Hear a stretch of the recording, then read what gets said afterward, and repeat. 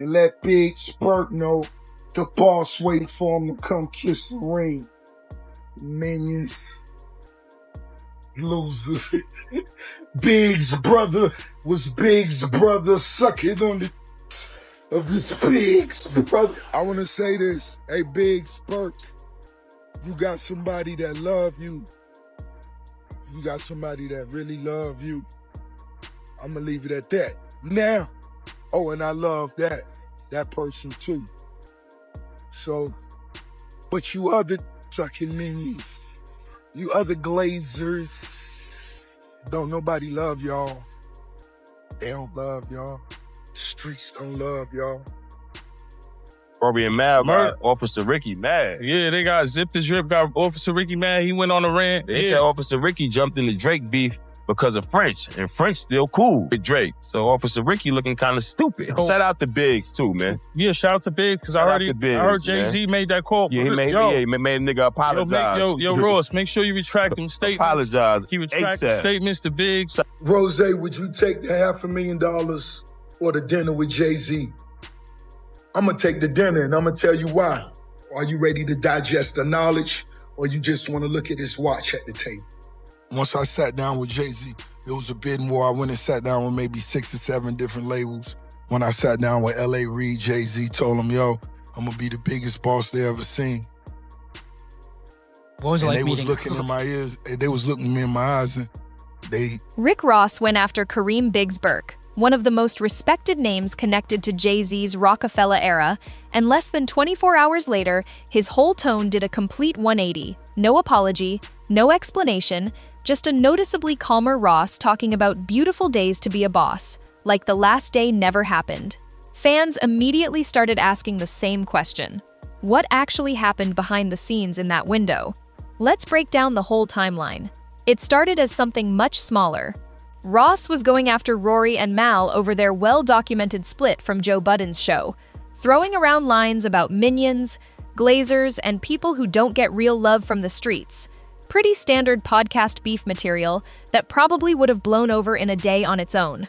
But then the conversation shifted directly onto Mal's older brother, Kareem Biggs Burke, and Ross brought up his past legal troubles directly, unprompted, in the middle of what had started as commentary about somebody else entirely. That's the moment this stopped being a random back and forth and became something people took a lot more seriously. Here's why that specific name carries so much weight in this industry. Biggs isn't just another figure with a name people recognize. He's been tied to Jay-Z since the actual founding of Rockefeller Records, with decades of history across music, film, and business ventures running between the two of them ever since. He's also long been respected specifically for serving his own prison sentence without ever publicly turning on anyone else who was involved, which carries real weight in these circles regardless of how someone feels about him otherwise. So when Ross started bringing up his legal history on a podcast, especially given that Ross himself has a well-known past working as a correctional officer before he ever became a rapper, a lot of people felt like that specific detail added an uncomfortable extra layer to the whole exchange that wouldn't have existed with a different target. And then, almost as fast as it started, it stopped. Less than a full day after those initial comments, Ross showed up on camera with a completely different energy. Calmer, more measured, focused on clarifying rather than escalating, spending his time explaining what he'd meant rather than pushing the point any further. He posted, "Beautiful day to be a boss," right around this time, and while that reads like a normal, confident post on its own, a lot of viewers pointed out that his facial expression and general delivery in that window felt noticeably more careful than the version of him from less than a day earlier, side by side. Naturally, people started connecting dots.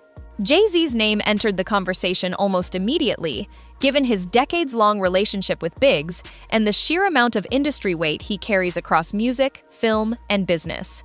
The theory going around is that someone made a call, that word got back to Ross about exactly who he was dealing with, and that he adjusted course once he understood the actual stakes involved. To be clear, there's no public confirmation that any call happened. Nobody involved has come out and said, yes, this conversation took place. That part is entirely speculation, and it's worth treating it as exactly that rather than reporting it as fact. But here's why the theory has legs even without confirmation. The timing genuinely was fast, and Ross never actually said I was wrong at any point in any of his follow-up comments.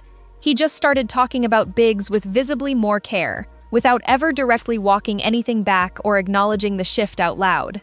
That specific pattern, going quiet on the substance while noticeably softening the delivery, is what a lot of people online read as a backtrack rather than a natural, organic cooldown. It's also worth pointing out that this didn't happen in a vacuum. There's real precedent in this industry for major relationships shifting fast once bigger interests get involved. Kanye's public splits with several companies get brought up as an example of how quickly things can change once business alignment breaks down. Jay-Z specifically has spent decades building the kind of relationships that don't just involve him directly, they involve people protecting his interests without him personally having to get on the phone. None of that proves anything happened here specifically, but it's part of why fans didn't just shrug this off as a normal podcast dispute once Biggs' name entered it. There's also a simpler, less dramatic explanation that deserves equal weight here rather than being treated as the boring alternative. Ross may have just watched the public reaction to his comments in real time and decided on his own that he'd gone further than he meant to, especially once he fully processed exactly how deep Biggs' reputation and relationships actually run through the industry. People recalibrate their tone after seeing backlash all the time without anyone calling them privately to make them do it. That's just a normal thing that happens on social media constantly to public figures and regular people alike.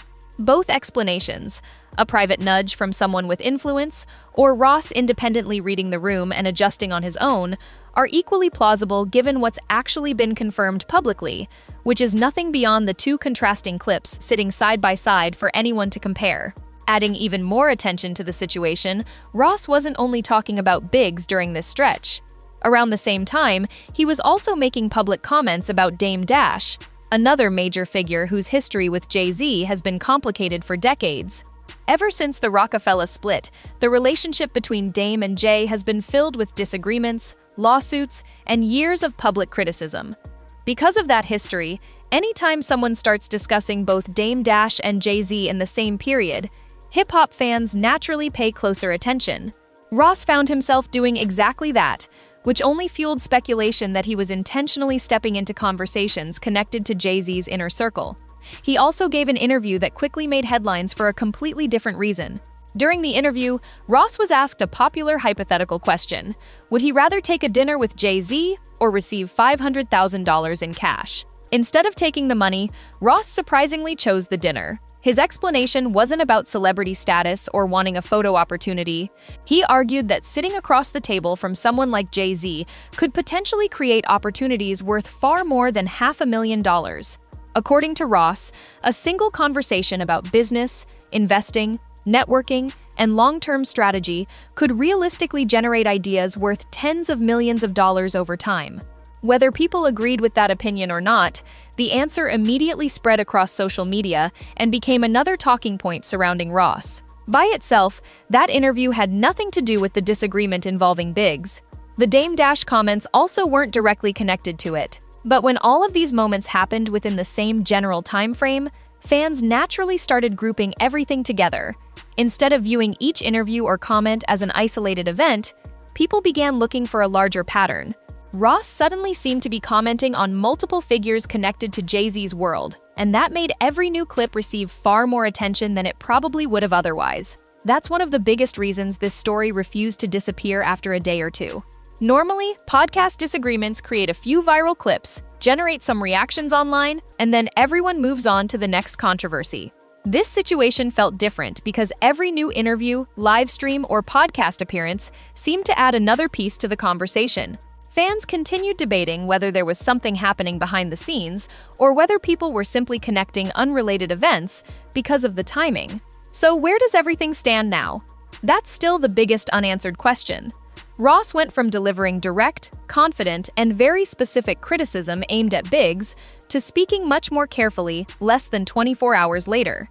The shift was obvious enough that many viewers immediately noticed it, yet Ross never publicly explained why his tone had changed so dramatically. There was no statement acknowledging the difference, no clarification about what happened behind the scenes, and no confirmation from anyone else involved. There are several possible explanations, but none of them have been confirmed. It's possible Ross realized he had stepped into a situation involving relationships that carried more influence than he originally expected and decided it wasn't worth escalating further. It's also possible he simply reflected on the backlash, read the public reaction, and chose to lower the temperature before the situation became even bigger. Another possibility is that conversations happen privately that the public will never hear about. At the end of the day, though, those are all just theories. Until someone directly involved decides to explain what happened during that short window between Ross's original comments and his noticeably calmer follow-up, nobody can say with certainty why the shift occurred. For now, it remains one of those rare hip-hop moments where the most interesting part isn't necessarily what was said publicly, but what may have happened behind the scenes, and that's exactly why people are still talking about it. What do you think actually happened here? Do you think Ross was genuinely just clarifying his comments after the backlash? Or do you think industry relationships played a real role in that turnaround? Drop your take in the comments. This debate is clearly not over. If you enjoyed this breakdown, make sure you're subscribed and notifications are on so you don't miss the next update. Thanks for watching, and I'll catch you in the next one.